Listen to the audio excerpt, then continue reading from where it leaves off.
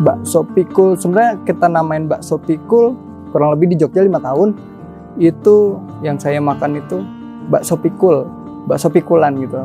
Jadi daripada nanti kita kalau kangen ke Jogja jauh, ya kita buat aja bakso pikul. Apalagi ditambah suasananya Jogjanya kental di sini, pakai joglo ya. Di Jogja sendiri juga ada restoran yang di dalam kampung terpelosok masih bisa untung. Kenapa dia bisa untung sih? Padahal kan di dalam kampung gitu.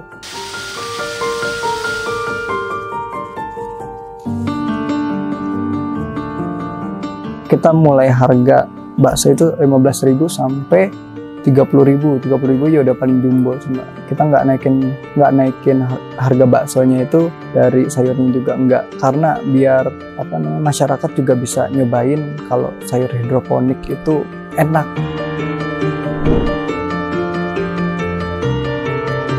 Ada pepatah katanya kalau usaha di pertanian itu bikin bahagia ya Mbak. Jadi insya Allah repotnya itu bikin bahagia.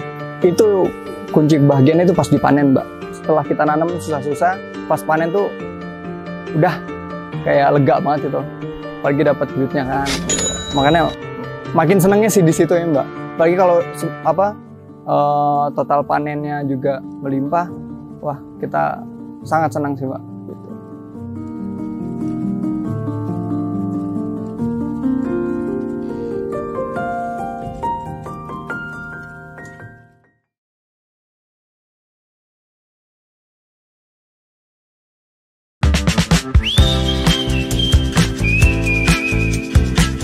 Selamat datang Tani Lovers di kebun hidroponik bakso pikul Pak Slamet. Tujuan utamanya untuk memperkenalkan masyarakat untuk mengetahui hidroponik. Kan masyarakat biasanya suka dengan bakso, oleh karena itu bakso ini sebagai pancingannya untuk masyarakat, wah ternyata ada kebun hidroponik nih di Depok. Dengan konsep hidroponik ini kan apalagi ibu-ibu yang tertarik untuk foto, untuk suka mengolah sayuran itu, dia jadi awalnya sih foto-foto, ntar lama-lama bertanya gimana sih hidroponik, gimana sih cara nanamnya, seperti itu, apa sih tanamannya kayak gitu.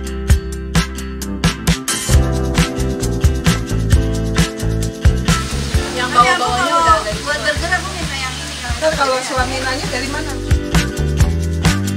Antusiasnya alhamdulillah karena masyarakatnya sendiri mungkin jarang kali ya untuk melihat kebun hidroponik apalagi di area Depok. Oleh karena itu banyak sih masyarakat yang sini datang untuk pertama sih foto-foto di kebun, baru dia makan bakso. Apalagi baksonya juga dicampur dengan sayur hidroponik.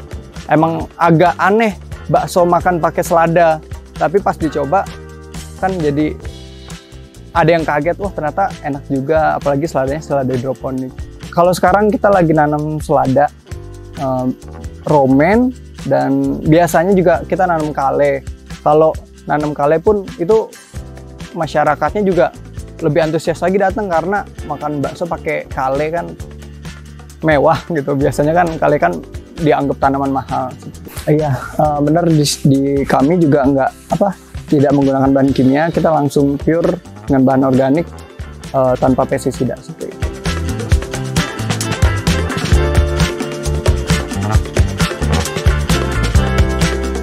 Tujuan saya sama mas saya itu ingin memperkenalkan hidroponik ke masyarakat di sekitar sih.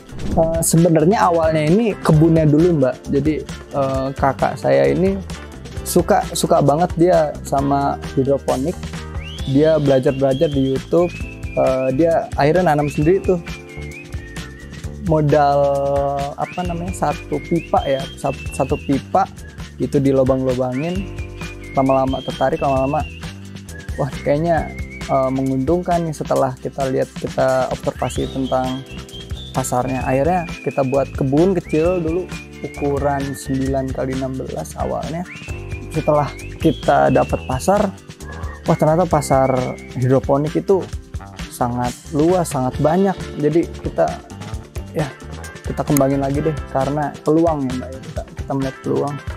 Jadi kita perluasin lagi, packing hidroponik sendiri juga harus hati-hati, dia lebih riskan karena dia kan kalau kita cobain itu lebih renyah. Jadi kalau kita salah pegang pun takutnya kan patah. Nah itu takut mengurangi kualitas.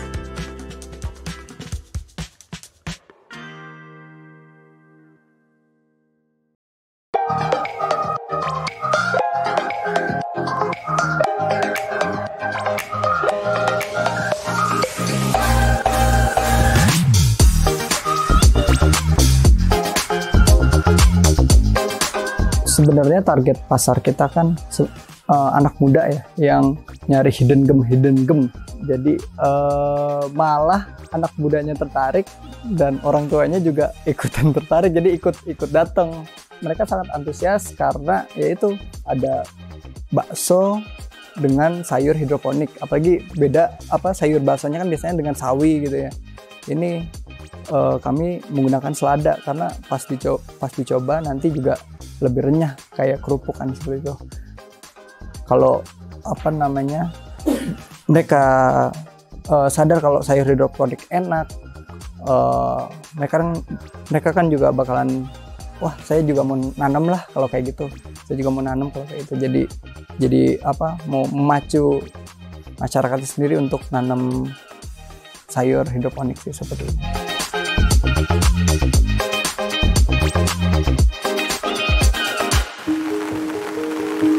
Dari awal sampai prosesnya pun penuh resiko sih Mbak. Kayak kalau kita udah nanam, resikonya hama, resikonya gagal panen, resikonya hamanya juga nggak cuma binatang, tapi hamanya juga manusia yang suka iseng, yang suka ngambilin barang gitu, terus yang suka ngerusak.